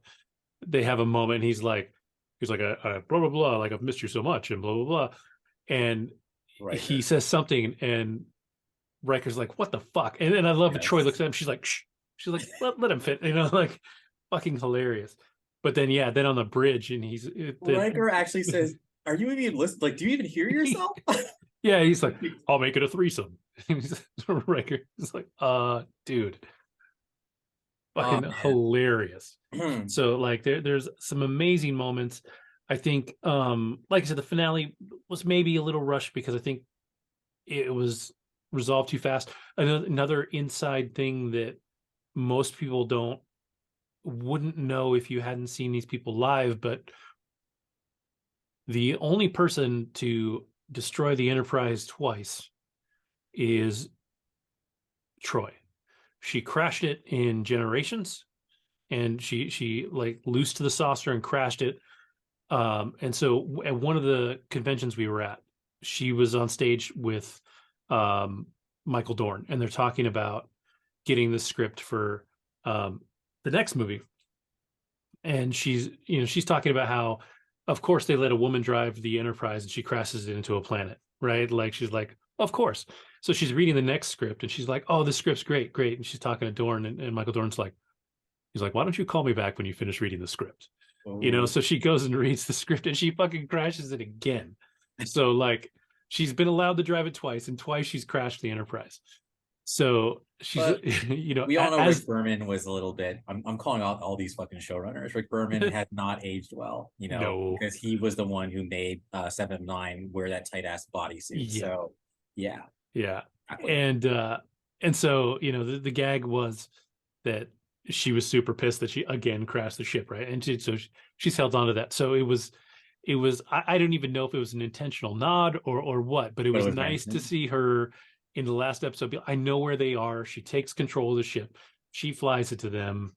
Doesn't crash it, and then fucking You're takes right. Good call.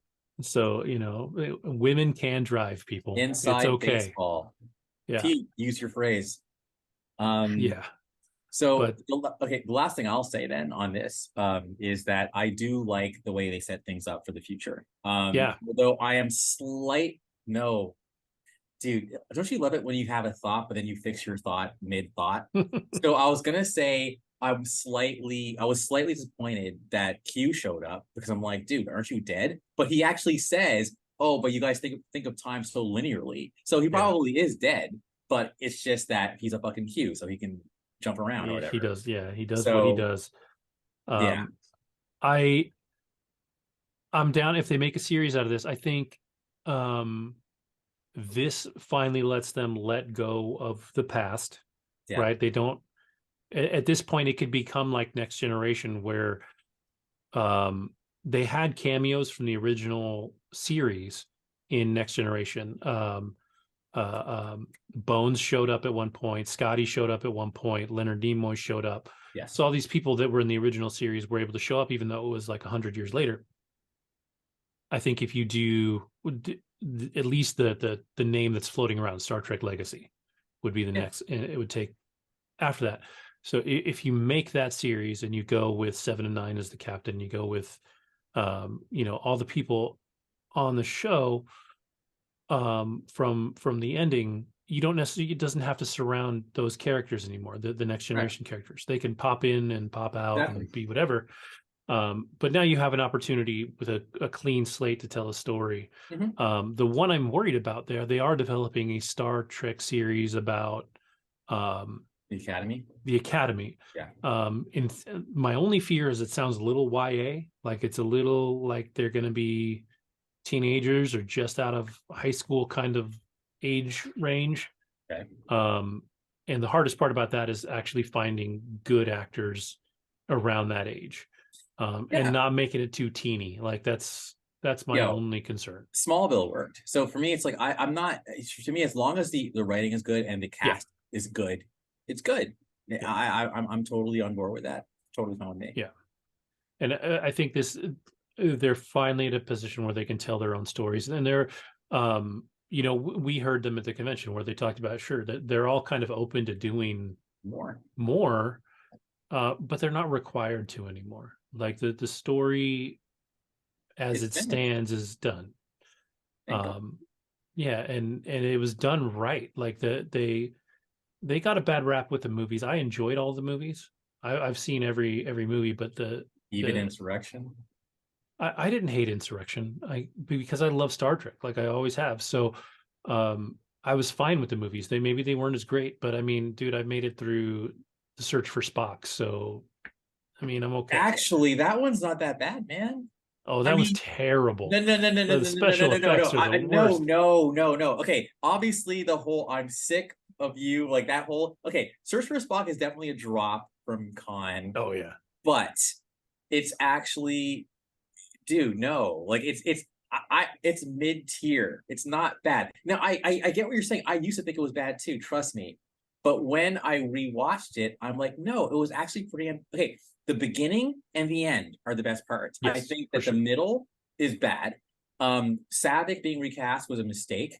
The middle part is kind of bad. I'll admit that, okay? But it's not, dude, it's not Final Frontier, for sure. It's not Insurrection. See, I like Insurrection more. Okay, it's cool, whatever. And again, I feel bad because there's 3 people here and I don't want to, you're good. Okay, so but anyway, where were we? Anyway, I just had to defend the honor of Search for Spock. The things that there are things about Search for Spock that I love. I love that they put the Enterprise to bed. They blow it up. They get their bird of prey, which sets up Voyage Home, which is my personal favorite Star Trek movie. It's not the best of the Star Trek movies, but it's my favorite of the Star Trek movies. That one had the most like cheekiness to it, I think, of any any film, and I enjoyed that, especially as a kid. It felt like the most accessible. It was funny because by the way, Jen, that movie takes place in San Francisco. It does. Voyage Home, Star Trek Voyage Home, Star Trek 4. Voyage Home, all in San Francisco. I would actually say of all the Star Trek films, if you're not a science fiction person, it's the most accessible. Probably the one. Yeah. For sure. Because they go back in time.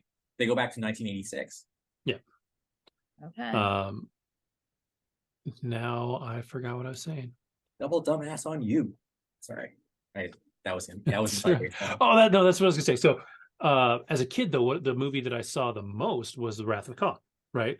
And so I always remember the line of when Chekhov shows up and there's the Botany Bay and he sees it and he's like, oh my God, it's the Botany Bay. It's the Botany Bay. And he freaks out. As a kid, I didn't quite understand that. I didn't realize that during the original series, there was an entire episode about Khan. Yeah. So Khan is in it. It was the Botany Bay was their ship. I didn't get all that. Like I didn't know that as a kid because I was too young. So I understood it more as an adult, but Walter Koenig's voice has always been in my head, and I've seen him at a few conventions. So when his voice popped up in the finale as his son and the president, I was like, that's dope. Like, it's great to see these people pop in. I also found out that, or my wife saw that in the previous episode, in one of those scenes where all the captains are talking over each other, one of the captain's voices is a very popular voice actor named Nolan North. He managed to get himself just a bit part in there, right? But like they took these people that are fans and found a way to work them into the show too, which I think is always amazing when you can let people that love the thing be part of the thing. I think it's amazing. It's like when in Star Wars episode 8, 9, when James Bond shows up, when oh yeah, he plays a stormtrooper. Yeah. You don't see him, you don't know it's him, but he's in there. Yeah, but like when you open up this nerd fandom to let just these little things in. No, Terry is a savior of Star Trek as far as I'm concerned. I think so too. Keys, dude. Give him the keys. And I was just about that, actually it dovetails well into what I was going to say. Like, it was balanced. Like, I felt like, yes, even though Picard is the star, like, no, every one of those characters got significant shine in this, every single one. And you don't get that a lot. Like, I think that a lot of times, like even in Wrath of Khan, right? Like Uhura, she basically just like Enterprise, do you read? Like, she doesn't get a lot to do, you know. It was always about Kirk and Spock and McCoy. So like for this series, it was just great because again, everyone, they're all stars in their own right. And I think that's the other thing that's really cool. Like, I think that a lot of times people can get caught up in their egos, right? That's why people go solo. Like, but it's like we all agree, like as in this cast, yeah, Picard, you're that dude. You are our captain. We are all the shit too, but like you're the person we're all agreeing to like come around. And it's a beautiful thing to know that there's no bad blood, I think, between anyone over some jealousy shit, because there was definitely bad blood between Kirk, as in Shatner and Nimoy, and then Shatner and the rest of the cast for the original. So it's sure. Like these things don't just happen. It's actually pretty fucking rare. We've talked about this. So yeah. One thing that's interesting too to remember is that when the Next Generation came out, one issue that they always had is that it was one of the first shows made purely for syndication. So season-long storylines didn't exist. The show was made to be watched in almost any order. Like it didn't matter. So it wasn't until I think it's season 4 when he becomes Locutus, when he becomes Borg, that they started with these longer storylines. But because they didn't want to entwine the storylines too much, the writers would never let Riker and Troy be together. Like, they actively, even though they knew that was a fit, they pushed it away because it didn't work with the storytelling they were doing. And so I watched an interview with just a little short interview with Jonathan Frakes, and he was saying that him and Marina played every scene they were in like they were interested in each other but couldn't be together. And so even though they were told not to, like, that was their secret. They knew that these characters wanted each other, and so they played every single scene that way. That's awesome. And they said there was a couple of times where they played it super heavy, and they kind of forced the showrunner's hand into putting it into the show because there were other people involved in the scene. So when they did it, they couldn't reshoot the scene or couldn't cut the scene, so they had to go with the best take, and they had it in there. So they pushed for it for a long time against the writers and the creators, because they knew that this is what those characters were. And I think, again, talking about them infusing the actors into this last season, they know the characters better than anybody. Correct. So if you don't involve them in the process, you're missing an opportunity. Right, Ryan Johnson? Are you listening? Right. So it was. We've talked about it a lot, but I just thought it was an amazing last season. I hadn't really intended on watching the first 2 seasons again anytime soon, right? Like, not that I didn't like them, I would watch them again, but this one I would like turn around and watch again tomorrow. Like, I would watch season 3 again immediately. I mean, 100%. And I think the character actually that had one of the best arcs was Riker. I think the things that he goes through, you get to see acting from him on a level that I don't think we've seen in previous iterations of this stuff. Because he's vulnerable on this one more super than any other iteration. The only disappointment that I have in the whole show, and it's part of the story and it works, so I'm only complaining for myself, is I wish Shaw had died. I would love to see more of him down the line. But it sets up enough, 7 of 9 becoming captain, all that stuff.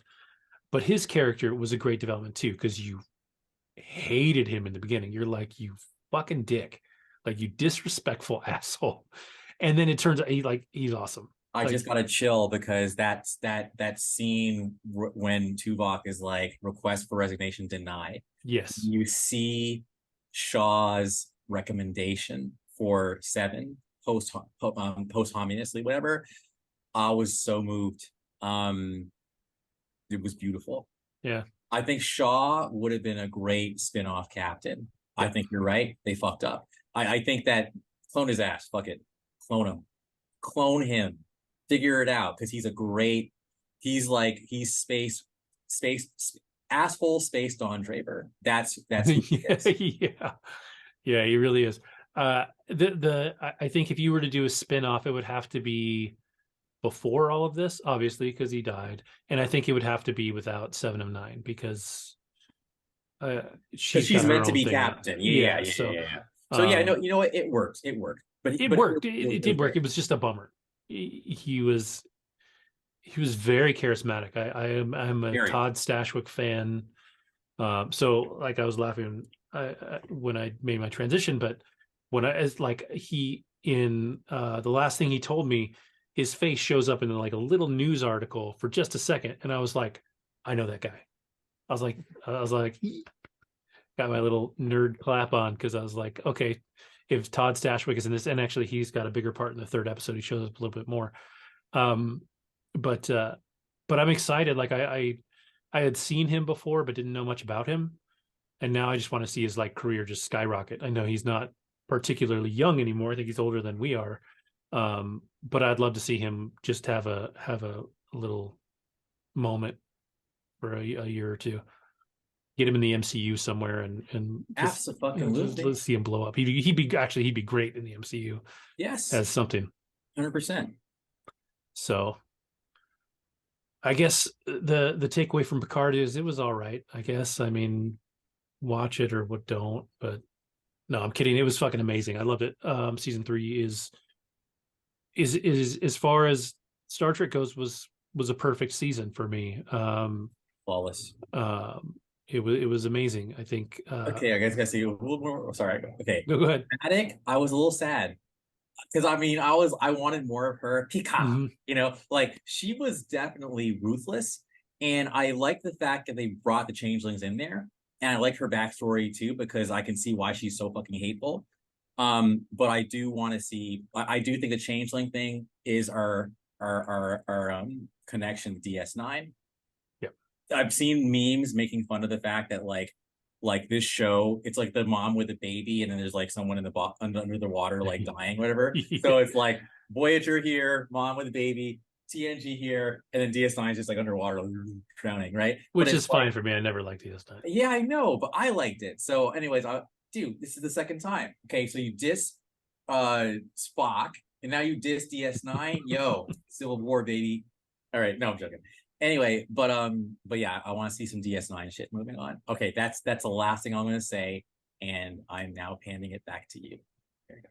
Well, I am handing it back to everybody else. I think we've made our recommendations. We've made a lot of words, and I think we had good weeks. Are you into any science fiction at all? I mean, is there any sci-fi you've actually liked? I mean, I've never really seen Star Trek. I don't know why.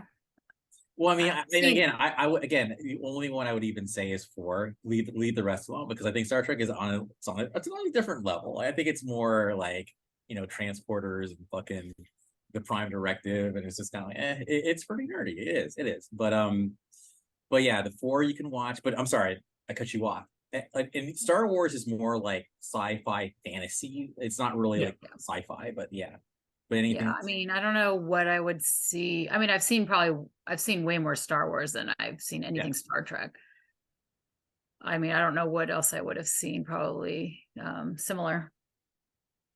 Yeah, I think Star Wars is more accessible to the non-sci-fi set because it's action movies. It's always been the difference. Like Star Trek is intelligent, it's political, it's all these things, and Star Wars is generally action movies. You know, it's a space opera, right? Like that's the thing about Star Wars. 2009, I think, would be okay too. I think the one with Chris Pine, I think that one Jen would not sleep on.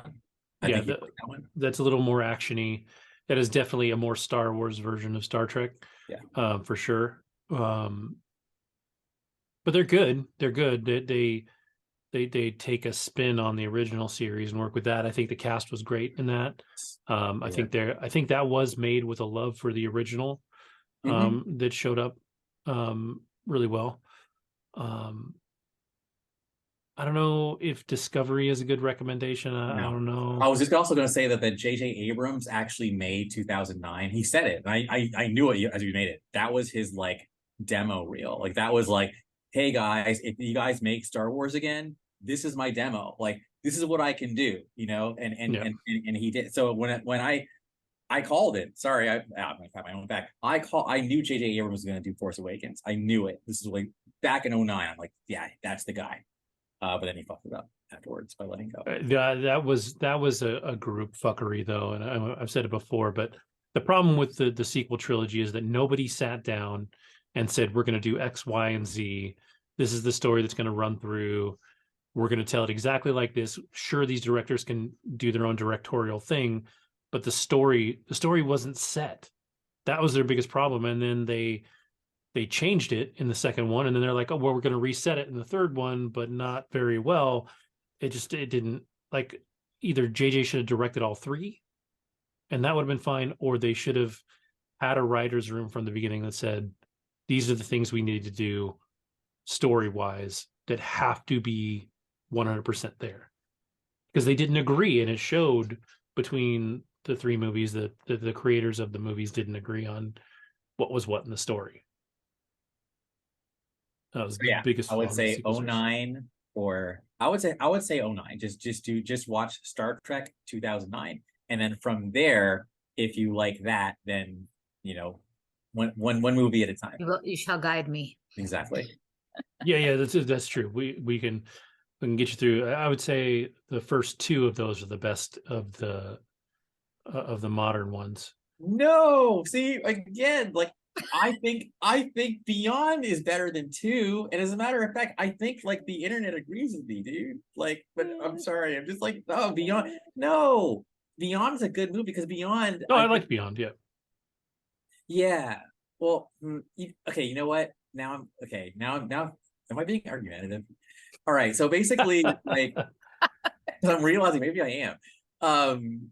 Anyways, they're all good because I'm thinking back to 2 and I'm realizing maybe I got mad at 2 because it was like there's no con. Yeah, it was a Wrath of Khan wannabe. Yeah, and it's like, stop it, don't do that. It was interesting because they did have to spin that because it's more of the original series con than it is the movie con, right? Yeah, totally. Like they used things to pay homage, but it was definitely different. You just shouldn't. I mean, yeah. Anyways, I'm sorry. I'm realizing I'm just anyway. Yeah, 2009 is great, and then we'll go from there. And I say all three are great. All three are great. They're good, and like you said, they're really good at telling the story fresh, even though they're characters that have been around for a long time. If you have no idea about anything, it's a good place to start. Absolutely. Yeah. So just looking at Rotten Tomatoes, 2009 is a 94% on Rotten Tomatoes. Into Darkness is an 84%, and Star Trek Beyond is an 86%. So yes, people liked Beyond more, but just barely. And that's the critics score. So what I have found, especially the further we get into the sci-fi and superhero realm, I think critics are having are doing less of a good job, of understanding the content. I think they're coming into so many of these Marvel movies and superhero movies and things like that, expecting without context and expecting like looking them through like the Oscar perspective, and they're not those films. They're entertainment, they're fun, they're light, whatever.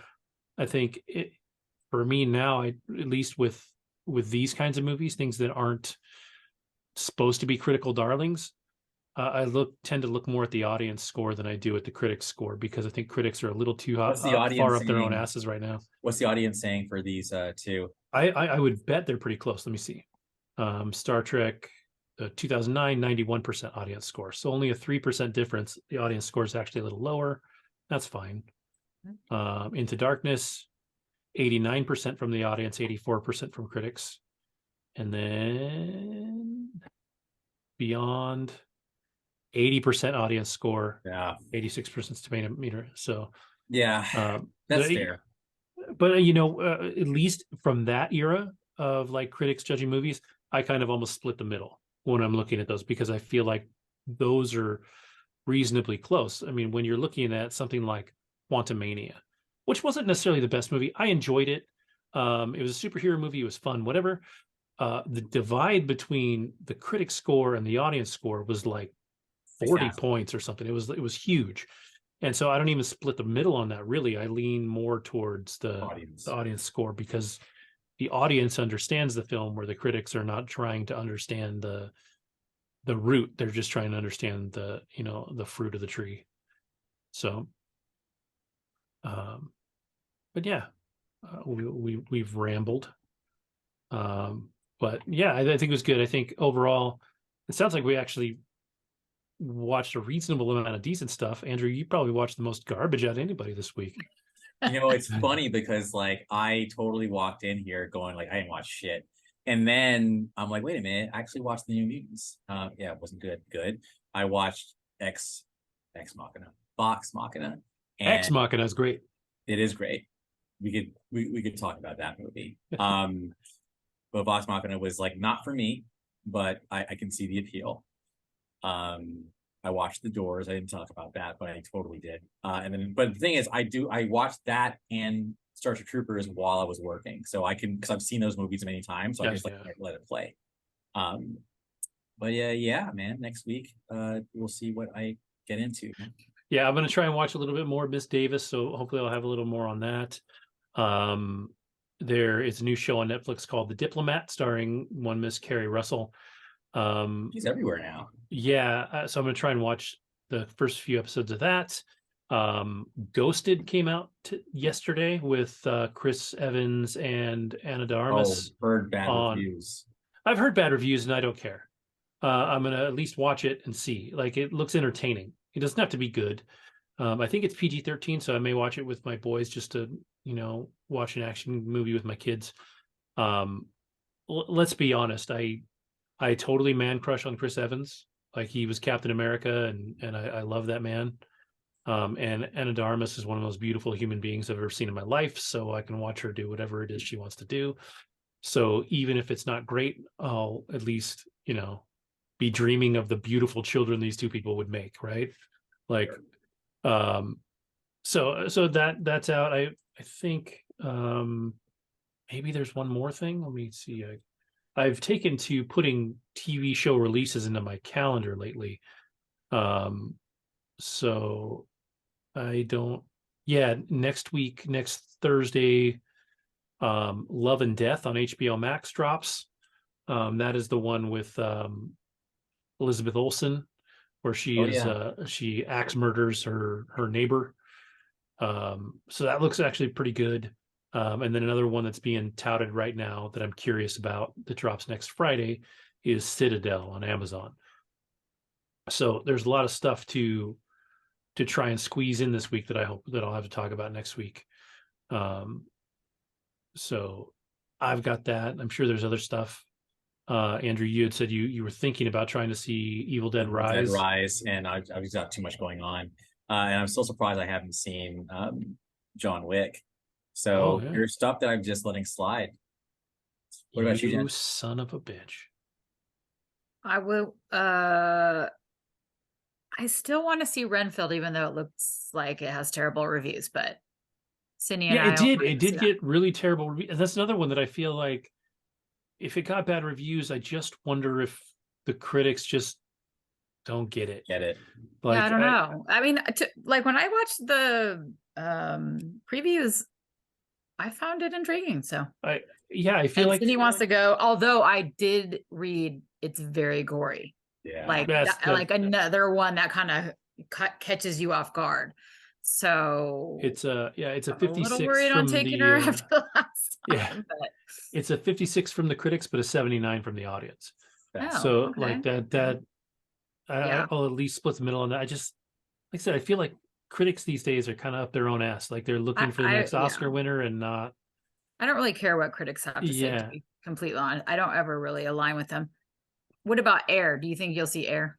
Oh, I've heard good things about that one. I've heard good things. I just don't want to look at Ben Affleck's face, so I'll catch it when it's free somewhere. I hate Ben Affleck. That son of a bitch. He's in a Dunkin' Donuts commercial now, and I'm like, God damn it, go away! Why won't he just leave? No, he directed it too. He's not leaving. He did direct Air, and which, to be fair, for as much as I loathe the man, because also I love our friend Jennifer Garner. And I loathe Ben Affleck. He's a good director. I think The Town is a fucking amazing movie. I could watch that multiple times. Just don't ever put him on camera. I don't want to see his stupid face. He's a terrible actor. He's so bad. Like he's just bad. He gets movies because he's pretty. He's terrible. So you know what I watched with your girl in it? So random was Dude, Where's My Car?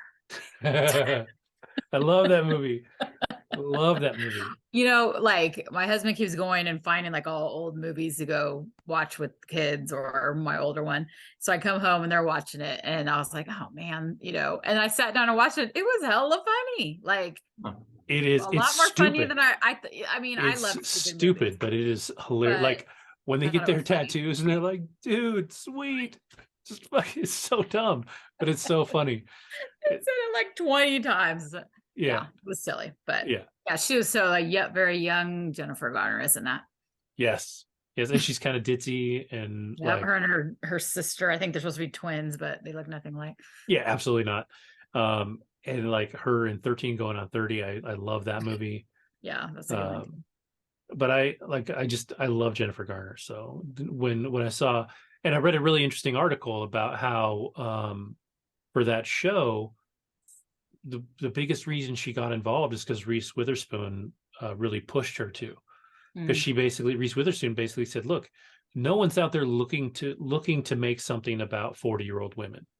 Yeah, they're like, it's not what people are looking to make. So if you want it to happen, you have to make it happen. So if you look at the credits, this is Jennifer Garner's first ever executive producer credit, and she's been around since Alias, which is the 90s, late 90s.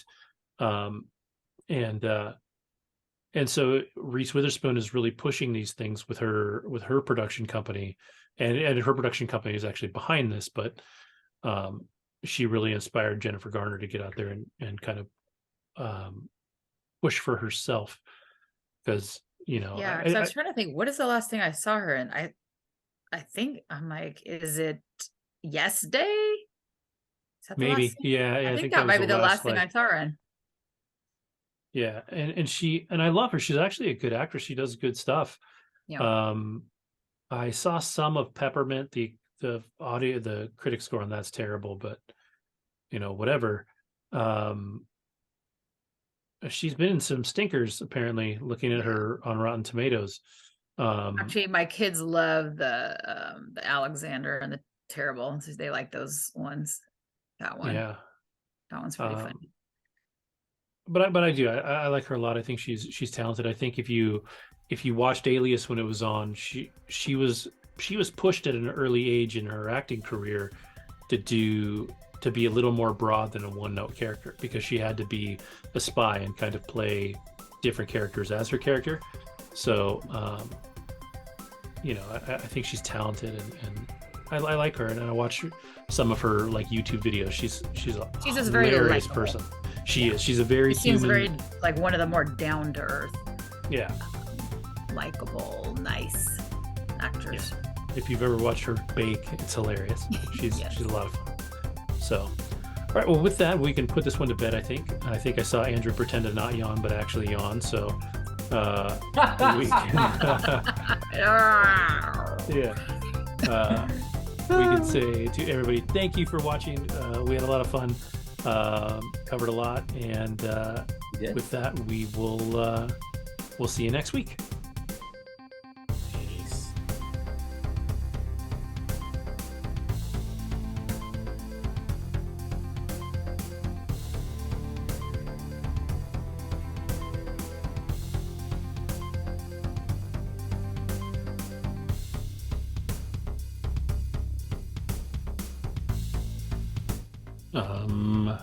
I watched the first Star Wars, well, episode 4 with my oldest yesterday and today. So we got our tickets for Return of the Jedi in the theater next Sunday.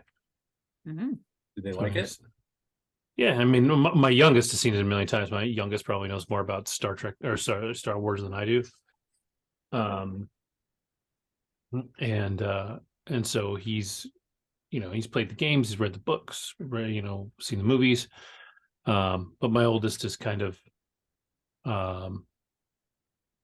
just kind of aloof about it. But he wanted to go see the Return of the Jedi in the theater because we were getting the tickets. So we got that. And so we're watching the first 2 again before we go. So that'll be awesome. I'm actually stoked to see that in the theater because obviously I didn't see. I feel like I actually did see Return of the Jedi in the theater because I remember being a kid and seeing going to a friend's like Return of the Jedi themed birthday party. Sure. Because we would have been. That was 85. Was it 83? 83. So I mean, we were young. We were like grade. 6. Yeah. But old enough to. Oh yeah, I remember that shit. Yeah. Although I never saw any of them in the theater, and I remember being bored by Empire. I was like if they weren't fighting, as in like spaceships, or if they weren't like lightsabering, then I'm like, what is this? Like, what? Yeah. Yeah, and then you got episode 1, which is all of that, and it actually wasn't very good. I'm holding back because I don't want to just start talking randomly, but I used core memory. Episode 1, CBS. Yeah. I watched on CBS television. Episode 1. I mean, episode 1, episode 4, Star Wars. Oh no, I'm talking about episode 1. Episode 1 was we saw that in the theater. Yeah, 99. Yeah, and that one was a lot of action and a lot of spaceships, and was not very good. No, correct. Okay, that's what you meant. What trips me out, and I've said this before, but what really trips me out is if you watch the first trilogy, so 4, 5, and 6, the special effects all pretty much hold up. But if you watch episodes 1, 2, and 3, the special effects do not hold up, which is crazy because they're like 20 years later. Yes. So it was kind of wild that that the OG practical effects look so much better than the CGI, like just barf that they put out for those first 3. Ain't nothing like the real thing.